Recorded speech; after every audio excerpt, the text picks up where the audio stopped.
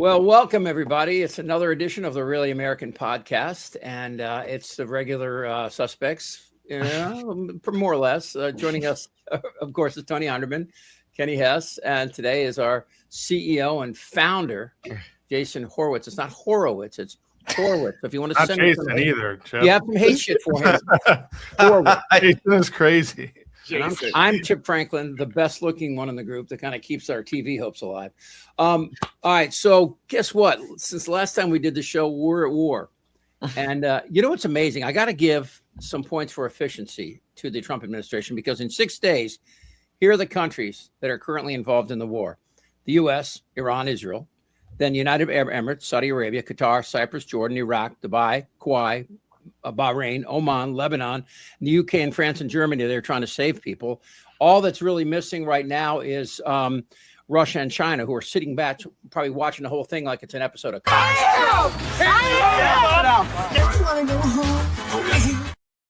Yeah, right.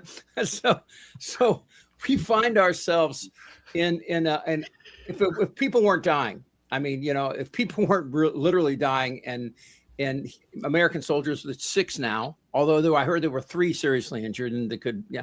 So it's at some point, I mean, obviously it's going to affect the politics of it back home. Have you seen indications that that's accurate yet? I'm seeing some stuff about like where the split lands on the Democratic side, right? We have some people in Democratic leadership who obviously are not opposed to war with Iran, are more opposed to the way that we went to war with Iran. And I think that's going to be a bigger divide as we move into the midterms and obviously into 2028, as how hopefully the war does not last that long.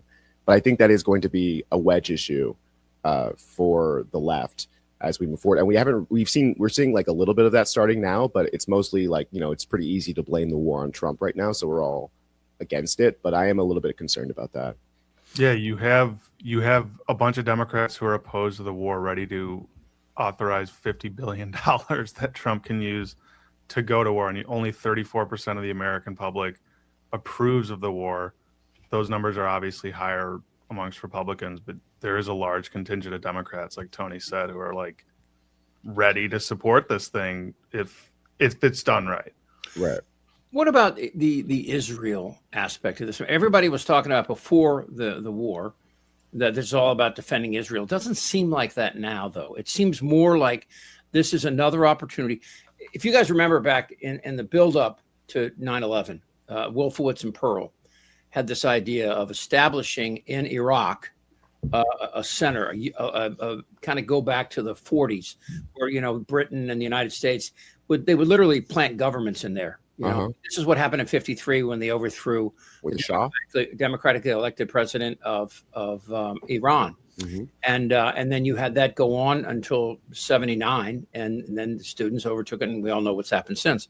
Well, I guess my question is, what is the official position, you think, of the administration towards Israel? Are they still saying we're doing this to protect Israel? Because I mean, what my thought, what I think the real official position of the Trump administration to Israel is this. Jews will not replace us. I'm totally serious. I'm not kidding. 100%. I mean, to me, I think the Christian nationalist takeover is complete, in my opinion. But I'm curious what you guys think about, our loyalty to Israel. If you listen to the current Secretary of State, you'd think that we were dragged into the war Israel dragged us into the war, but they're walking that back. So it depends. Are they an ally? Are they, a vassal state? Who knows? Yeah, there's no real coherent, like with the war in Iraq and Wolfowitz, like you mentioned, there was a wrong worldview about like what we're going to get out of this. We're going to depose them, get regime change, get democracy. It's going to spread. They were wrong about all that. With this, it's like everyone in the administration is saying different things. Yeah. Rubio's saying this. Caroline Leavitt's like Trump had a feeling. Some people are saying we're not at war. Trump's saying we are at war. It's like the most off-the-cuff war that's ever happened, and it's a much bigger enemy. So, yeah. And there's 2 points about Iran. If you got to remember June of last year, after the Hesse bombing, and and then people criticized, saying no, you didn't really hit it, and then Trump said he did, And I hear we got a little sound on it. Listen, this is Trump right after these attacks, claiming their We success. took out the two of the other sites also. But I don't believe that they're going to go back into nuclear.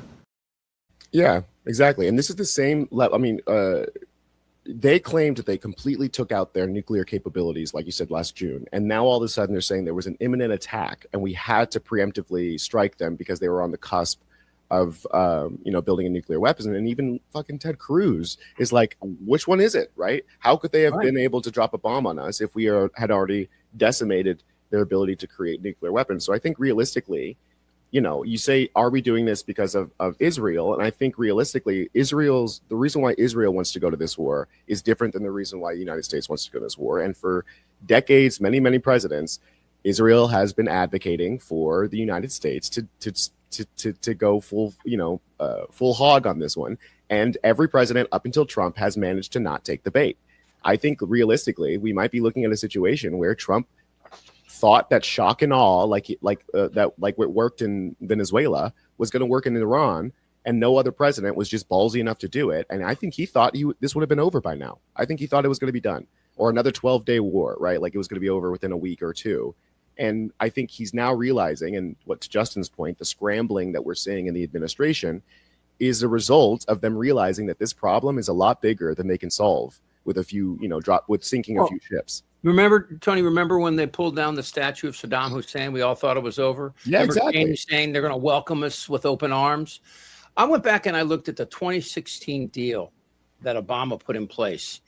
It's pretty impressive. This is the Atomic Energy Commission said on January of 2016, they verified that Iran had completed the necessary steps under the Obama-Iran deal that will ensure Iran's nuclear program is and remains exclusively peaceful. So anyway, so under this deal, listen to the specifications. Under the deal, Iran had shipped 25,000 pounds of enriched uranium out of Iran. They dismantled and removed 2/3 of their centrifuges. They filled their heavy water reactors with concrete and provided unprecedented access to the nuclear facilities and supply chain. Trump tore up that deal. And we know why. Yeah. Well, and what's interesting is, by all nuclear non-proliferation experts were like, this is one of the best non-proliferation deals around. And even Israeli intelligence and Mossad was saying after the fact that this is a good deal. It's actually just Netanyahu and Likud and these religious extremists in Israel who are in power, who are warring with their own intelligence agencies, just like Trump is. Exactly. Who wanted a war in Iran. And I think what we're looking at is we have to remind ourselves that Israel's in the middle of a conservative takeover too, right? Like the current administration and government of Israel is incredibly bloodthirsty, is incredibly conservative, and they are trying to go further, like go past the line so that you can't walk it back. Same thing with Trump, right? And they finally got the opportunity to convince a president to go there with them. Excuse me. And like Justin is saying, it's religious. It's fucking religious. And like we're seeing it now. I don't know if Kenny, if you want to jump in on this one, Yeah, but like talk about the holy war thing. That's insane. it is a holy war. There was a story that apparently commanders were telling their troops. What was that?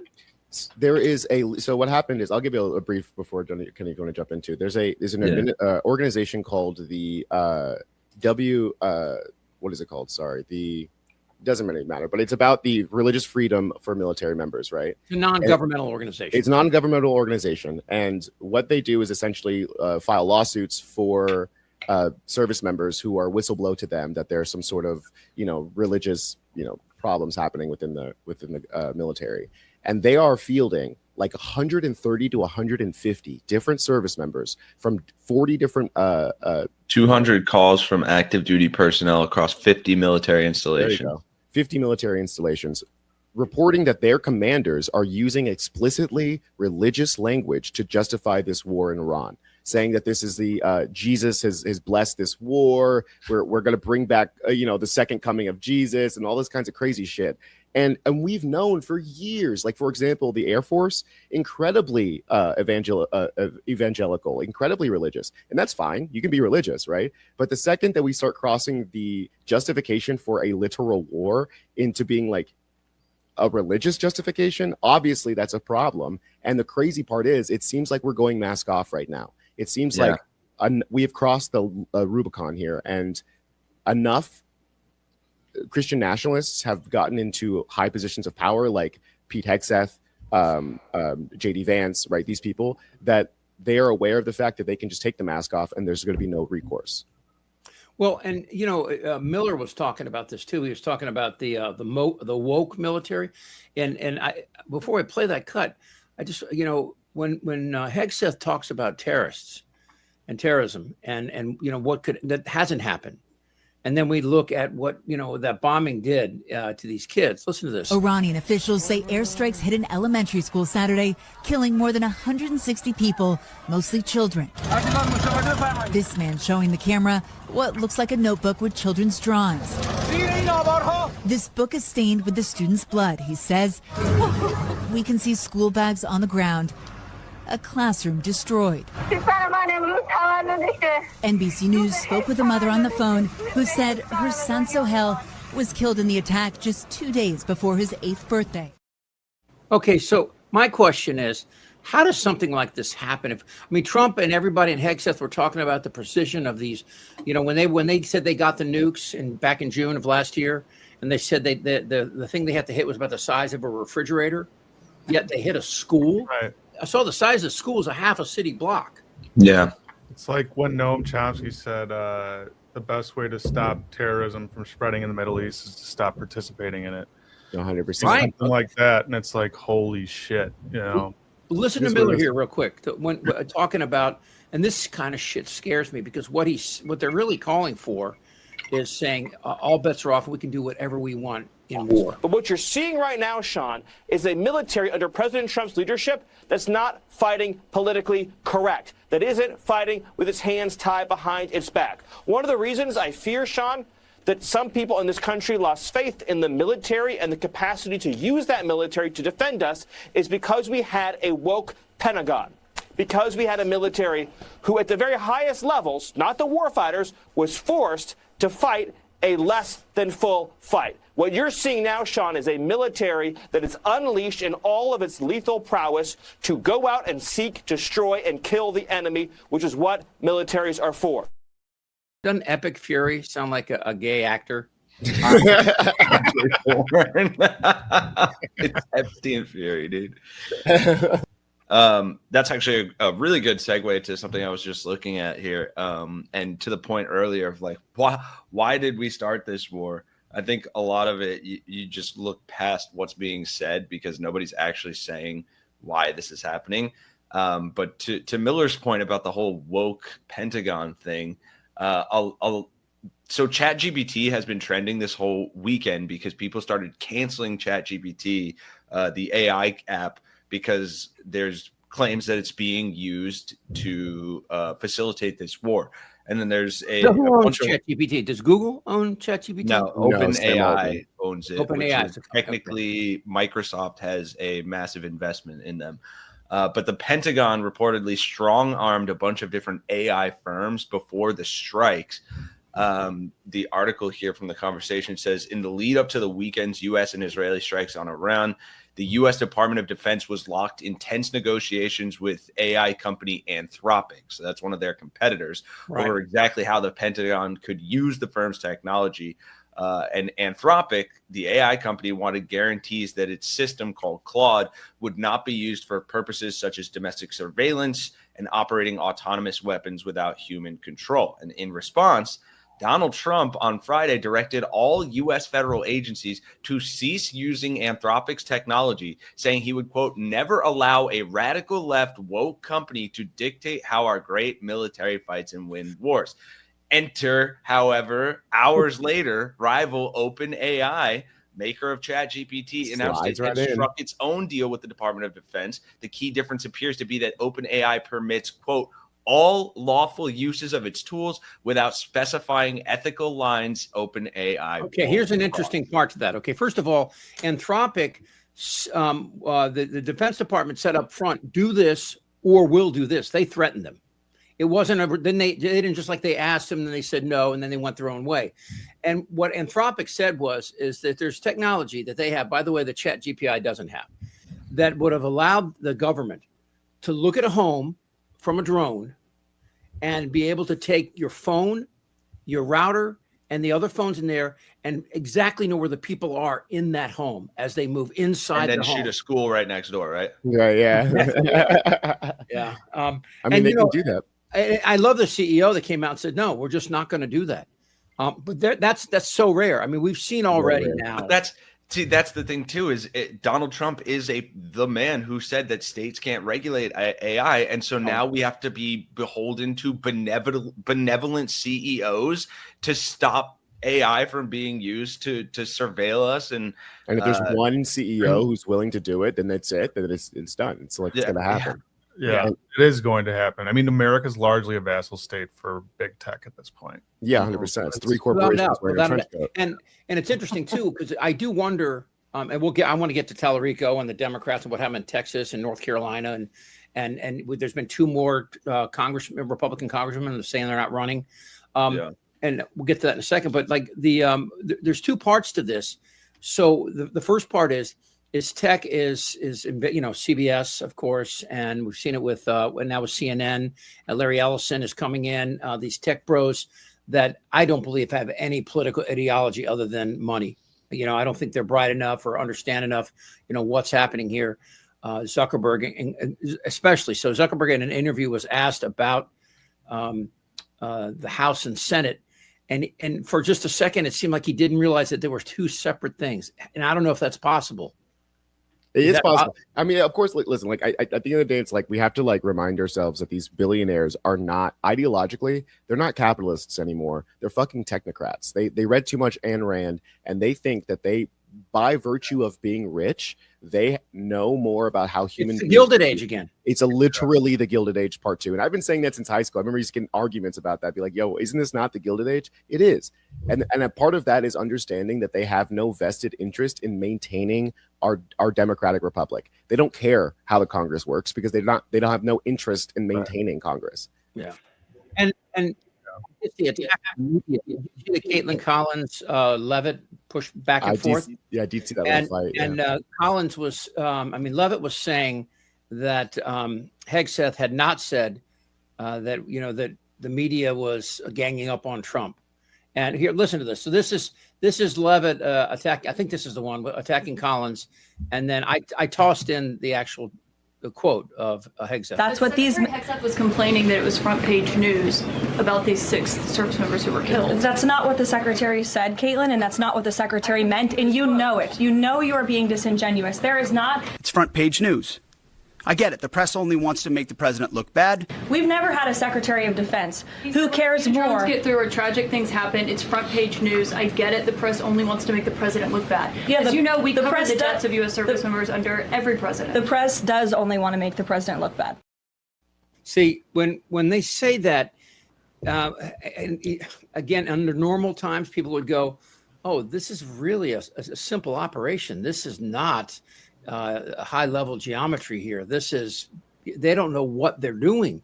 They have a woman up there that didn't realize what a guy had said, and she came out and then she quoted her right in front of her, and everybody knew. But again, this is a continuation of what Trump started, and everybody has now adopted it. It's just lie, lie, lie. And I go back to the ban and distraction thing.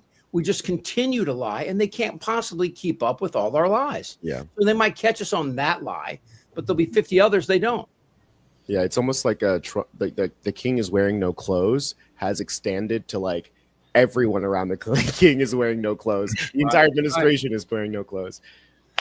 What do you guys think about I saw that the American public, 66% opposed the war, which makes it ask what the other 34% are thinking, and do they understand what can happen?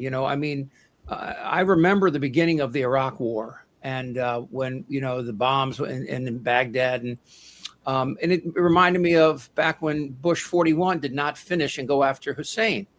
I'm not a conspiracy guy, but you go back and look, and I believe Colin Powell really thought the CIA was right, that Hussein had weapons of mass destruction, and Hussein had used chemical weapons against the Kurds in 1987. But in this particular case, the idea that Iran was going to have nuclear weapons, which they could deliver, is at least 15 years off, that they would even have a rocket that could get it out of the Middle East. So the idea that they would have an ICBM or the computer equipment to do it. There's a great book by a guy named David Ignatius. He used to be a reporter for the Washington Post, actually ran the foreign desk. And in the book, it's a fiction book, but it talked about a bunch of Western countries conspiring to give Iran bad shit when they were trying to make their centrifuges. A centrifuge apparently has to be perfectly flat, and it could be off 1 centimeter, and it will screw the whole thing up. So they were making it imperfect in ways that their engineers couldn't see. I mean, there's been a concerted effort ever since Khomeini in 79 to do this, but people don't understand. Before 1979, I mean, despite the Shah and Save Act, people lived pretty well there. And, you know, if you go back in time and look, you know, British Petroleum came in there and basically stole their oil. Yeah. You know, Yeah. right, it did. And it went on for Yeah. years. Iran is not this horrible monster of a country that we painted out to be. What the students did in 79 was expose America's weakness as this great nation. The idea that nobody would ever dare mess with our embassy. And these are kids. Do you remember who they released? Do you remember who they released first? The first person they released? I don't. The black people. They released the black people first because they were like, it's fucking ironic that the United States is calling us some monstrous, demonic fucking country. When they look how they treat black people. And so, you know, to your point, I just think that like it's so fucking ironic that the United States people, for some reason, the media and just like since 9/11, we've allowed ourselves to believe that there are these monsters in the Middle East who are inhuman, not possible, cannot be reasoned with, and they are hell-bent on destroying America for no reason, and they will use, as soon as they develop these nuclear weapons, they're going to send them off and just kill us for no, you know what I mean? Like, it makes no logical sense, and yet we accept that as justification for killing 168 children and being like, oopsies, we dropped a bomb on them. Like, you know what I'm saying? Pakistan has had a nuclear weapon for decades, and they don't use it. And Musharraf and all the other crazy people that power there, they don't use it. North Korea, crazy. They don't. The use other it. thing is, like, it's crazy too that all of this talk of nuclear weapons happens, and then nobody wants to talk about the fact that Israel has tons of nuclear weapons and does not admit it or anything. They've been told by the UN. Fairness, Israel is an ally of the United States. So sure, but the UN right. has been, the UN has there's a resolution. Yeah.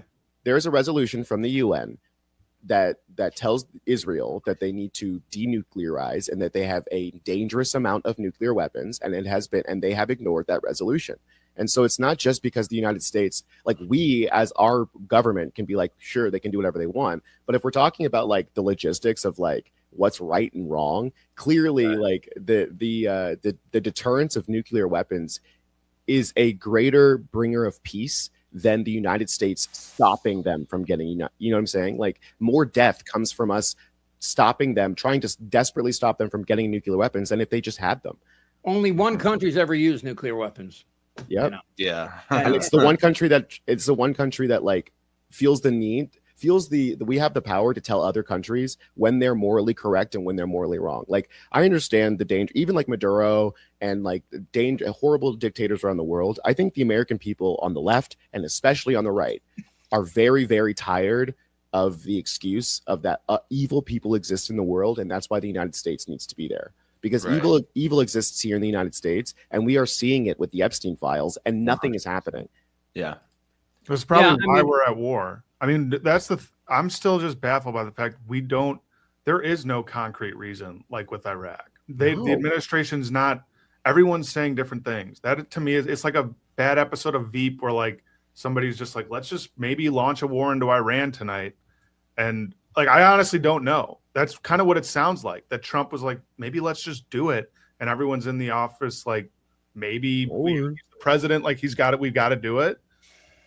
I mean, nobody's talking about Epstein now, and you can make the case, right, that no one is talking about it. I mean, Bondi she's testifying today, I believe, right? Yeah.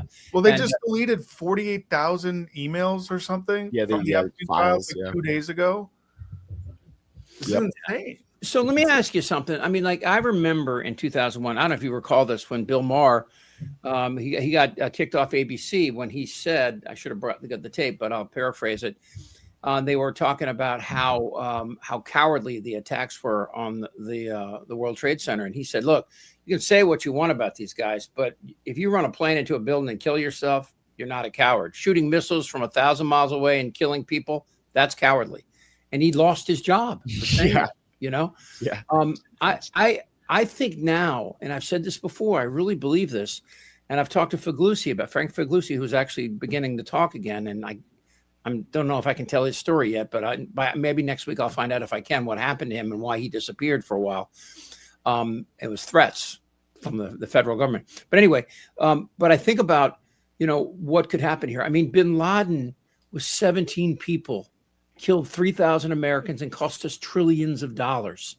Yeah. And now we have, we're worried right now about terrorism and who's in charge, who's there to protect us. I'd shut down the FBI Hoover building on day one and reopening the next day as a museum of the deep state. And I'd take the 7,000 employees that work in that building and send them across America to chase down criminals. Go be cops. We're going to come after the people in the media who lied about American citizens, who helped Joe Biden rig presidential elections. We're going to come after you. Whether it's criminally or civilly, we'll figure that out. But yeah, we're putting you all on notice. Okay, now that's scary enough, but I'm going to tell you something. I don't know if you didn't see my video yesterday. This will freaking flip you out. You ever heard of Thomas Fugate? Mm-mm. Okay. No. He's a 23-year-old with no national security expertise. He's now a Department of Homeland Security official. Okay. Oh, yeah. Here's a picture of him. Overseeing the government's main hub for terrorism prevention, including an $18 billion grant program intended to help communities combat violent extremism. The White House appointed him, a former Trump campaign worker who interned at the Heritage Foundation, to a Homeland Security role that he's leading nationwide efforts to prevent hate-fueled attacks. How's that going? And school shootings and other forms of targeted violence, when he's not on his paper route. This blows my mind. How many other? This is, again, you got to go get this book by Michael Lewis called the Fifth Risk. He wrote this in 2015 about when you put people in charge of the government that don't know what the fuck they're doing, this is what happens. And China and Russia are looking for opportunities now. I don't mean if China invaded Taiwan, do you really think Trump would try to thwart it? And what would we do? I don't think we do anything. They're going to, by the way. We're so overextended everywhere to where the United States military, who were spending over $1 trillion a year, our high-grade munitions are low, and Trump's needing to meet with defense contractors and military contractors to increase production because we've overextended in Ukraine. We're overextending in Iran. We literally don't have the weapons. In Central America, we're in Ecuador now. We're in fucking Venezuela. Like, what? It's ridiculous. And I mean, to the Fugate thing, Chip. Do you think? I know, like, what is it, Occam's razor or whatever? I can't remember the thing about. Yeah, that's it. That's it. The most obvious answer is usually the right one. Okay, so is it that it's incompetence? That they're just putting somebody who's this 22-year-old who has no experience, they just plucked him out? Or is it the fact that he was an intern at the Heritage Foundation okay, so what's happening is that the Heritage Foundation has a shadow government. That's not incompetence. You see what I'm saying? Like there are people who have a vested interest in what's going on right now, and those people are called Christian nationalists. The Heritage Foundation is a what is it called? Like a Trojan horse to implement this hard right Christian ideology that somebody like Fugate believes in, and that's why he was given this position. It's not like they just plucked a 22-year-old out of the air. No, he was a kid.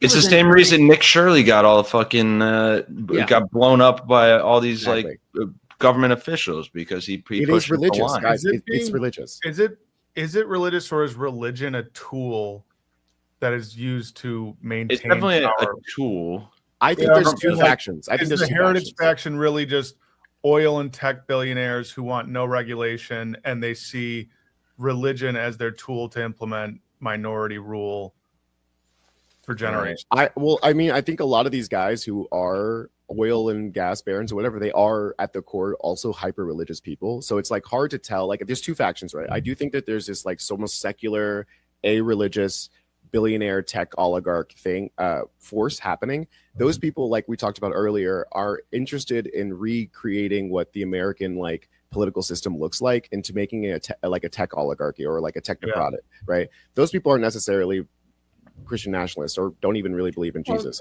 But then there's a group.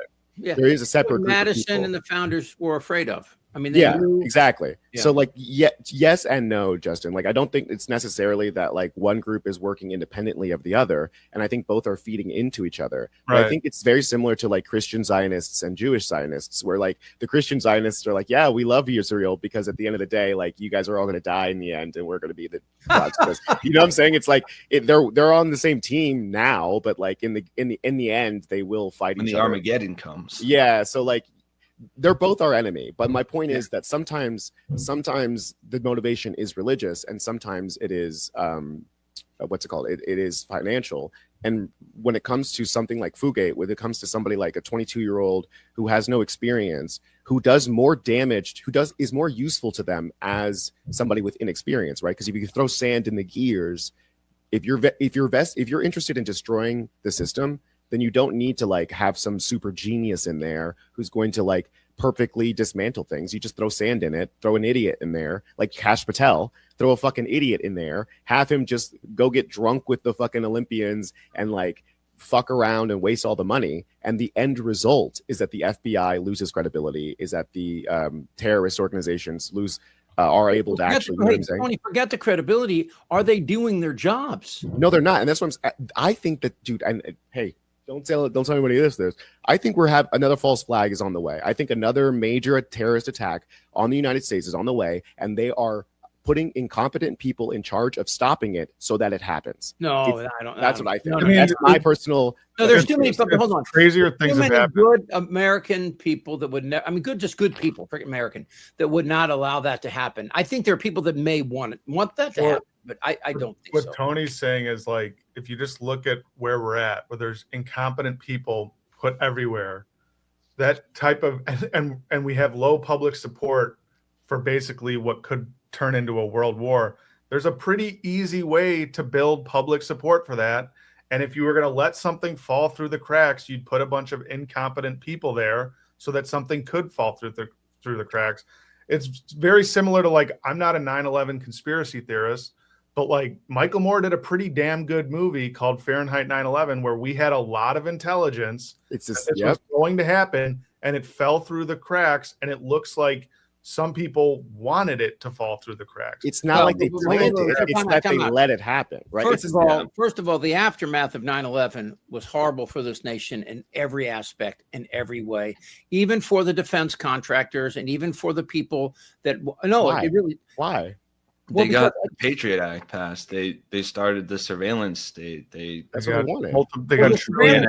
They made the Department of Homeland Security. 9/11 happened because. I'm not saying it's not a tragedy. 9/11 happened for a lot of reasons, but the reason it happened here is because we had such a division between communication and our intelligence agencies. The CIA and FBI weren't allowed to talk to each other. FBI didn't even have email in 1999, 2000. They had email, but they weren't allowed to send messages across, to other intelligence agencies. We have 17 unique intelligence agencies in the federal government. It's like, are we incompetent or are we the greatest country in the world? Do we have the ability? Yes. Do we have the ability to have intelligence, or do we not? And at the end of the day, it's like it's what you said about we have the ability to drop a bomb on a fucking refrigerator, and yet we struck a goddamn school. Right. We have ability to track all of these terrorists and know everything about everything, but we but you know how computers work, Tony. Shit in, shit out. We're talking you don't have the right now. And right information about now, where the U.S. is the technological hegemon of the world. I mean, maybe China's in a similar boat. We're at the pinnacle of what AI is doing. So if something were to come through now, we live in a surveillance state where these track everything we do, hear everything we say. If some big attack were to happen right now, when we're trying to build support for this war that no one even knows we're in, it would be suspicious, bro. Crazier things have happened. Yes. To say that like, no, there's no way is like, Come on, Wait, man. hold on a second. Literally ruled by like evil. They're What are you evil. talking about? Give me the false flag thing again. Well, give me it. First of all, tell me when it's ever happened, and I don't believe it's ever happened. Well, right? we know that the CIA proposed it to JFK in the 50s or in the 60s, right? With that Proposed what? They proposed downing a plane over and blaming it on Cuba. So you talking about Gary Powers incident? Nobody's ever proposed it. Yeah. All right. Well, look, I mean, look, you have, Gulf of Tonkin. The Vietnam War was started on a lie. It happens. Of course, it happens. It's not. It doesn't just. It doesn't just happen, Chip. It doesn't Hold just on. happen. It But is the this extent country. to which it is you fundamental. look. Maybe you guys should put on your little Like hat hemorrhoids, before it we have this happens. conversation, okay? Put on your little hats and tinfoil before we get too deep. Look, here's the deal. Most people, even the people that ascend to these positions, have an element of greed and power that affects them when they get there. Yes, I see that. But they also are surrounded by people that really are true believers in either party. The Christian nationalists that we, that none of us really Like Stephen Miller, I think. But you're talking about what? Yeah, he's. you think Stephen Miller's one guy who is in a. You are talking about a lot of the guardrails that are put in place by the very nature of bureaucracy. By the fourth administration. And everything that what Tony's talking about, the Heritage Foundation and all these other interests are about doing away with bureaucracy. So That's that what there DOGE is was a for. top-down administration of whatever they want. Yes. So there aren't bureaucratic hurdles. So Kash Patel was put in charge of the FBI to demoralize FBI agents so that they quit. We've seen insane amounts of FBI especially the agents. ones that investigated Trump, the documents. So do you see so what you're saying is true in a in a normal world, but we now live in a world where all of those guardrails, all of those normal, regular American people who are vested in just like normal life, those people are no longer work for these agencies, or there's so few of them that they can no longer effectively push back. Have you guys seen the documentary on Seymour Hersh? Do you know who he is? No. Investigative journalist. Go watch it. Hersh was the guy that first during the Watergate hearings, when the Washington Post was all over it, he was the first to find out that they were still funneling money to the defense team, the White House burglars, of the Watergate burglars. And so, he's a really great investigative reporter. The massacre, yeah, it's great, really interesting guys. I read a couple of his books, and he's written some great op-eds. And he wrote, again, Hersh, look him up. But this documentary, and they were talking about it, and he was talking about today, and he said, look, we're going to get through this. The United States is not going to fold because of Donald Trump, mainly because the tech people that we talk about and loathe to such a great degree need this foundation for them to continue to thrive. So in other words, we can count on their greed to keep this in place. Keep what in place? Our country. Something called the United States. Yeah, like something called America. Some type of framework that allows them to continue doing what? Do you think that there is nobody left with the principles, integrity, and morals when they come into office to hold these guys accountable again? Hold who accountable? Ooh, yeah. Microsoft. No. I don't think either party's interested. No, Biden wasn't interested in that shit either. Yeah, Jamie Raskin, and you go down. There's a lot of people that believe in that. You don't think Raskin's real? I think there are people in Congress interested in holding big tech accountable. Do I think Gavin Newsom? And I would vote for Gavin Newsom. Do I think Gavin Newsom's interested in holding big tech accountable? No. Why do you say that? What do you base that on? It's good for the country. It's good for California. And he's already shown that everybody in both parties are kowtowing to big tech. I mean, let's be real. Google and Facebook and Twitter can basically flip a switch and destroy these presidential candidates' chances. I mean, that's the world we live in. Let's talk about Tallarico and James let's do that. right? Because that's the same. It's the same thing. Crockett. Well, let's talk about that, because that's a really classic case of irony and the Republicans clusterfuck. Republicans set up in Dallas a system to confuse Democratic voters, Crockett voters mostly in the Dallas area, and it worked, but it didn't work the way they planned. Instead of propelling Crockett, it hurt Crockett, and it probably allowed Tallarico to win. And I give Crockett kudos through the roof for saying is conceding, even though she was still talking about suing. I don't think she's going to do it now, but she got screwed. I mean, if you go back and read, I was reading the Dallas Morning News yesterday, and she got totally hosed. They were telling voters to go to 3 different locations that they could not actually vote in. Yeah, and you know what's interesting?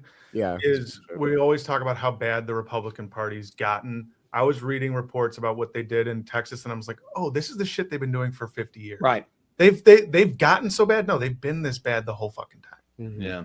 Mm-hmm. Who do we want, Cornyn or Paxton? I just like Paxton because he's a worse candidate. Yeah, Cornyn's been there before, and Paxton's been indicted, and he seems really Trumpy. Paxton, less He's very Trumpy. Very Trumpy. And it's hard to tell. Like, I think I'd love for a Trumpy candidate because I don't think it's going to. I think at this point, a Trumpy candidate would be negative. Like you're saying, they'd shoot themselves in the foot. I think they're still in the same playbook that got them this far. But I think at this point, we might be over the hill when it comes to the effectiveness of Trumpian politics.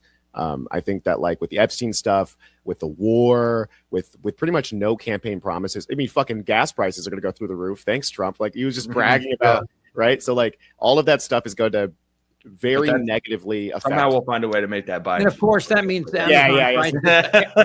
I mean, it's not just gas at the pump; it's everything else that goes with that. All the delivery trucks, all the Amazon, all those prices. Yeah, I mean, oil is literally I forget what the term is called in economics, but it's one of those products that the price dictates the price of essentially everything else. And there's a real push point there. It's like, I think it's like $47 or $50. When it goes to above that, they get hurt too much. If it goes below that, they try to find that sweet spot. And that sounds like manipulation to me. That to me is actually why I don't think this war was premeditated.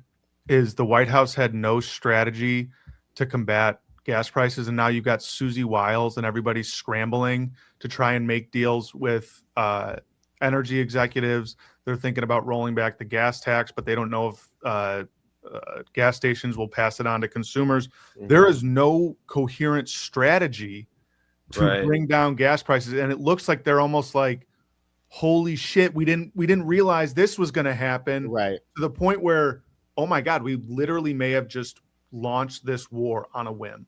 Do you think that was that? I mean, I agree that I don't think there was there was a coherent strategy, but do you think that maybe that in their heads, in their like fucked up, incompetent brains, that was part of the strategy of invading Venezuela, was like as a shock and awe? I think it was shock and awe. Right. Or just to try to control the oil without knowing that, like, what the logistics of, the crude oil in Venezuela being very different and very. Oh, you think it worked in Venezuela and that gave them the confidence to do it here? Well, no, hang on a second. Sort of, or like they thought, oh, maybe we'll get enough oil out of it to combat any oil in Iran. Yeah, maybe. Yeah. This is important. The Venezuelan crude is heavy crude. Mm-hmm. Right. And it needs a specific type of light crude to make it work. In other words, so guess where 90% of that light crude in the world comes from? The Middle East, Gulf. Iran. Yeah. Mm-hmm. So if they can't get it out of Iran, and if they think they're going to go in and establish, it's a Persian country, it's not an Arab country. There's a different way of thinking there. These are people that are that have had a real good taste of Western civilization and loved it. Granted, the Shah and the Sabak police were horrible, but they had malls. They lived well. They shared in the country's growth and profits. Even to this day, like, it's not a backwards ass country. No, it's not. And we killed 160 kids. How many martyrs did we create out of that? I want to know. Yeah. I mean, the new Ayatollah. The new Ayatollah, his whole family literally made a Batman villain out of this. By the way, I mean, how does this happen without? This is a war. They're going after new leaders. This is not Vietnam, right? This is not trying to stop the spread of communism or whatever that bullshit was in the after France left, right? So this is a war. We actually announced we're going to try to get the next Ayatollah, his kid, right? His son. Was it his son? Yeah, and that kind of declaration does sound like a war. Last thing about it, I want to bring this up, and I think it's important too, is where are they going with this attack on the media? I mean, we heard Carolyn Levitt, we heard Pam Bondi, we've listened to Hegseth talk about it. They continue to bring this up, and to me, this is a real frightening aspect to where we stand is this attack on the media. Now we got Ellison's going to be running CBS, is that right? And CNN, excuse me. And you know, Paramount, Sky, all these things that the FCC can step in and force these guys to even show what whores they are, and even worse to that point, to bring it all together and consolidate. And I mean, MS Now, NBC is it, right? If you want to get, I mean, to me, the information that is, you know, I mean, you guys can push back on this, but I think what Rachel Maddow says and what Chris Hayes say and what I forget a couple of the other guys I watched there, but I think to myself, I mean, I watch CNN and the omission is as bad as a declaration, right? The things they're not saying about Trump and what's happening in Washington is as bad as you know, lying. Yeah. It's a live omission. And truth is, like, we are watching just as like the photojournalism fundamentally changed the way that the news worked.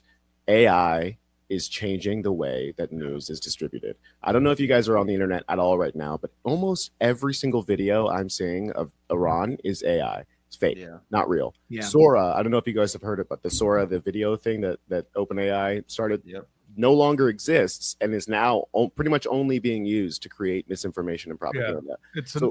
It's a nightmare because it's an authoritarian's wet dream where nobody really knows what's going on. So there is a like rush to try to capture as much of this new media space as possible. And that's why you're seeing a consolidation of the AI and like media spaces.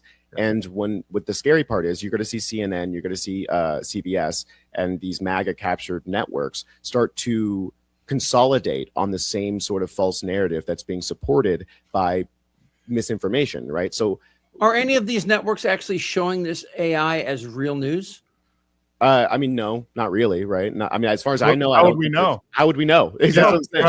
Believe me, they rat each other out in a heartbeat. That's why. Well, but not if they're all owned by the same person. That's the scary part, right? It's CBS and CNN, and then you said the FCC can step in. Who the fuck is in charge of the FCC? Brendan Carr. Well, no, they'll step in to promote it. It's like the early days of the Russian oligarchy, but in a much more powerful country with more powerful oligarchs who have more powerful technology. Yes. It's literally the worst whirlwind tailwind behind the authoritarians that we could hope for. And I would say, independent media, that we are the resistance against the mainstream media. But that was true last year. That was true the year before. What's happening now is that even on Really American, even every independent media network on YouTube or anywhere on the internet is going to have to deal with the fact that AI is creating this level of misinformation where now people's perceptions of what's going on is being formulated by them, by these shadow organizations that own all of these technology, like, you know, OpenAI and no, Anthropic is like the good one, right? But OpenAI and all these AI companies that are just prolific across the internet. Okay, but do you really think that people like Rubio and even Vance and others that have had fairly normal lives up to this point want to be part of this slow? Come on, Justin, really? You believe this?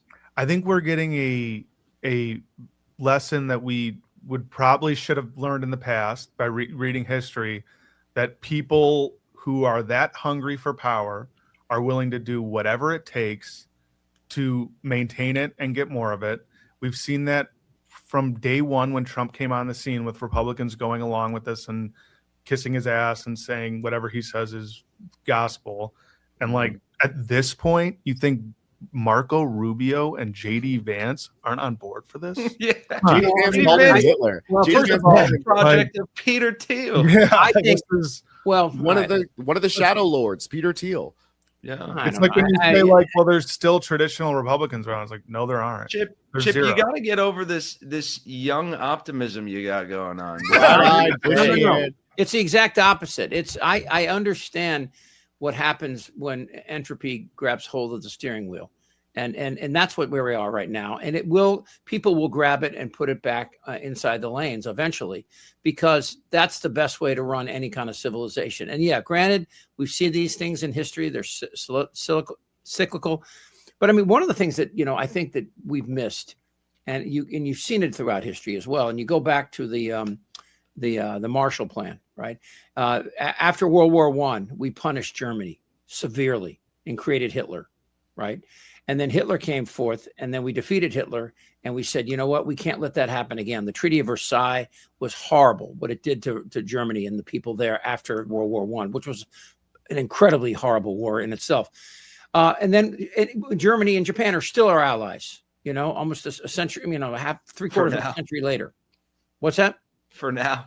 Well, no, they are. And they're strong allies because they believed, you know, in us after that happened. And it's, you know, I mean, you go back and look at, you know, from Dresden to Tokyo and the fire bombings and the horrible destruction we did, the fact that they wanted to join us in this, because they don't want that kind of government. They don't want that kind of disruption in their lives. But we lost it. We blew it in Afghanistan. We should have gone back in there, build roads and schools. And we're probably going to blow it in the Middle East here too, where we should be in there helping these people instead of killing them. And let me ask you a couple questions here before we get to before the internet, which is an interesting one today too, because it kind of fits into everything we're talking about. We have Kristi Noem, Pam Bondi, and Carolyn Levitt. These are people that are all controllable. I mentioned this earlier in the podcast, but with Corinne, who is on this podcast, Corinne Strait, who's part of the Really American Team, she said to me the other day, she says, I really believe that this is true, that Trump is letting these people hang in the wind to punish them. He doesn't want to fire them. Now, everybody's talking about Kristi Noem being fired after a horrible performance. I think they're going to forget about that. I mean, you saw the attack on her by Tillis, right? The senator from North Carolina. Oh, by the way, real quick, Roy Cooper's going to win that state. Oh, The okay. Senate. He's never lost an election in his life since grade school. Dude is like 40-0. I forget the other guy's name. The Trumpy guy is Michael Whatley. Yeah, he's not going to fucking win. Whatley. Yeah. So I mean, we're gonna pick up some senators in this. I don't know if Tellerico is going to win, but he has a really good chance. Okay, he looks like he's 15, doesn't he? By the way, Tellerico looks really young. So who's going to go? Is there going to be somebody? Is there going to be somebody just going to step out? I'm going to make this crazy prediction. I think Vance is thinking about resigning. That's just to what we were just talking about. I love you, Chip, man. I love it. I think that when Trump changed the game, man, we talked about before, everyone isn't wearing clothes. And I think these morons do serve Trump better by distracting all of us with their incompetence than an actual incompetent person would. Yeah. I don't think Kash Patel's going anywhere. Kristi Noem's definitely not going anywhere. And JD Vance, absolutely not. Right. No, he won't be fired because you can't fire an elected official. Trump benefits from the spectacle of even people talking about it. Yep. Because they're distracted from the Epstein files, this new war. Canada, Greenland. Right. Oh my God. Yeah. His dementia, his failing health, the rash on his neck, cancerous lesion. What would happen? Scams. If tomorrow when we woke up, Trump had died overnight? Don't tempt me with a good time. What would happen? Would it really improve? What would happen is JD Vance would take over, and the techno oligarchs would win. Like that. That's what I'm talking about. Right. Like what the two factions I was talking about before. Basically the person who's right in the middle. Wait, time. Hold on. I can't let you get away with it. Techno oligarchs. Do you think they all meet? Do you think they meet in a little dark room and pass around their little cards? Yeah. What? First of all, hold on. If we learned one thing from the Epstein files is that there's no need for robes and fucking masks. Yeah. They just do that shit in the open. Listen to what they say. Have you ever heard of Curtis Yarvin? You know who Curtis Yarvin is? No. Chip, you've got so much to learn, my guy. Like these guys, these people, they don't meet in secret rooms and talk about this. They have conferences. Right. They sit on stages and talk about this. Who is Yarvin? Curtis Yarvin is essentially like the Rasputin to these techno oligarchs. He's essentially a podcaster, a philosopher, blah blah blah, an Ayn Rand type who has this fundamental belief that rich people are not only morally good but have the fundamental ability to create a world that is better for poor people, and poor people, kind of like Calvinism in a way. Literally very similar. And these techno oligarchs, and I say that I didn't fucking coin that phrase. That's a phrase that is. I know. It just sounds so I mean, you know, it's non-boomer. It sounds woo-woo. It sounds like, yeah, right. But the truth is that, like, if we keep doing that, we're going to let these people take over. And if you keep trying to make sense of the new world using the old world's metrics, and I say the old world being like literally neoliberalism, right? Like the establishment's logic, if you start to understand what's going on in the Trumpian world using the establishment's logic, it'll fall apart. None of it makes sense, to the point like where you would say, well, one of these people needs to get fired. The establishment's logic says that Kristi Noem or Kash Patel, one of these incompetent people, should get removed. That's the thing that a normal person would do, but that's not, that logic like, doesn't play here. Who has more power, Donald Trump and JD Vance, or Peter Thiel, Elon Musk, Mark Zuckerberg, and Sergey Brin working together? Right. Honestly, exactly. Who has more power? Okay, before or after Citizens United?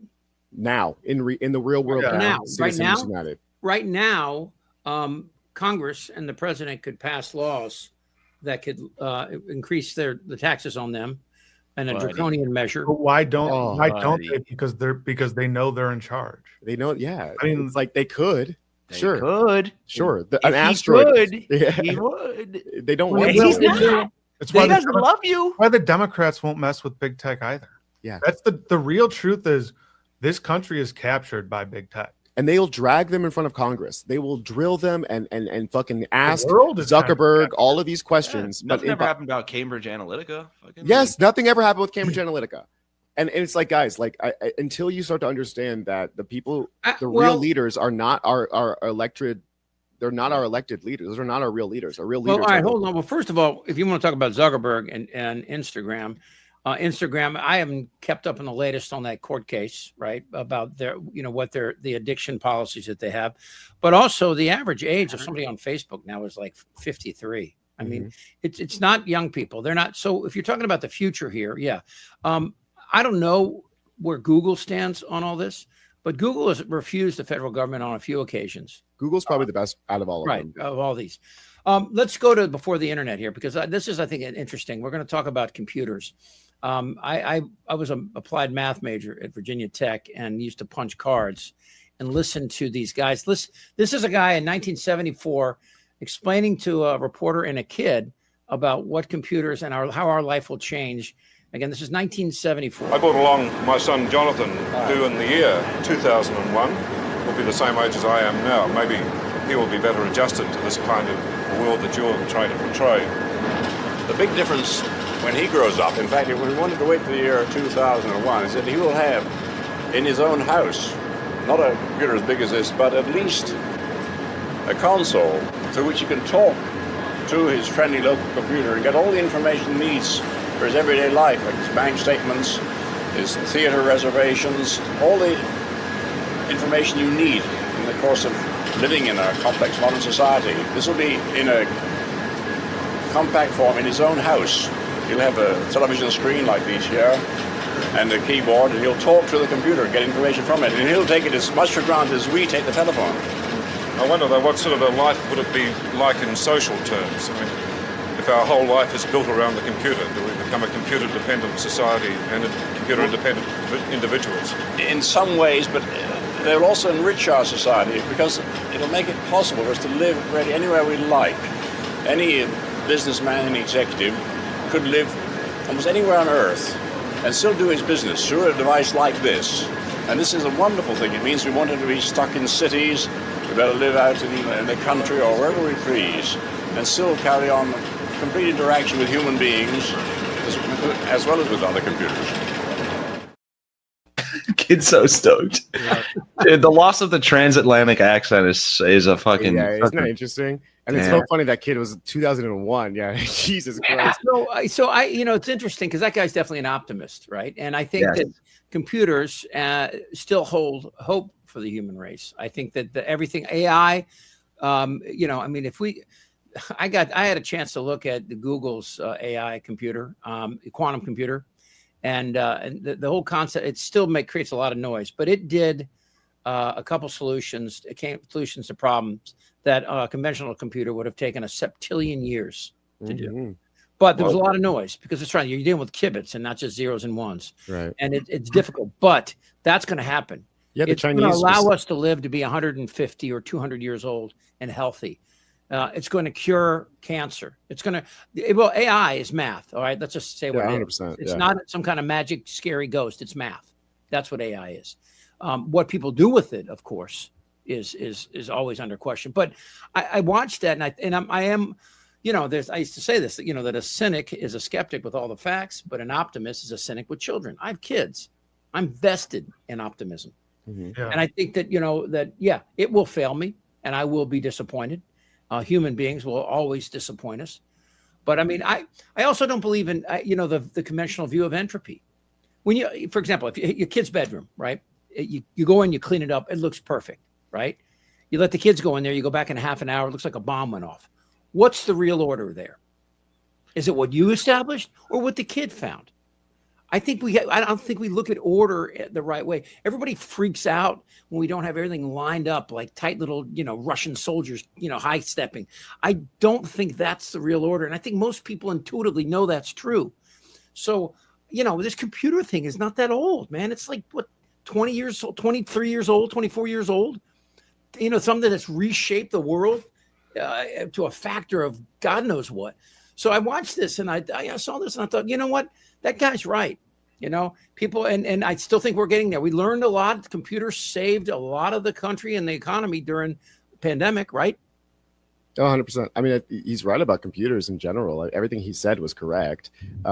It's humans that you doubt, right? And the truth is, it's funny that you're listening to that. I was watching something about the Neolithic and was talking about how the human brain changed after we invented stone tools, and how like the invention of writing and all that kind of stuff, how it fundamentally changes the way the human brain works. And theoretically, you could take a person from 100,000 years ago, drop them into today, and their brain would be the same. But the wiring of their brain is different, so that when we have these new technologies, our brain quite literally relegates different parts of our thinking to the technology. So like I don't know if you're seeing all of these. I'm sure Kenny, you're seeing it. Like, kids are stupider now. Like, they're bad now that AI is like being implemented. There's all of these test score problems where like kids with ChatGPT are no longer able to pass the same tests. And quite literally, when they do brain scans, their functioning in certain levels of their brain are diminished because their brain is relegating that work to the AI. Now, we can say that's a bad thing,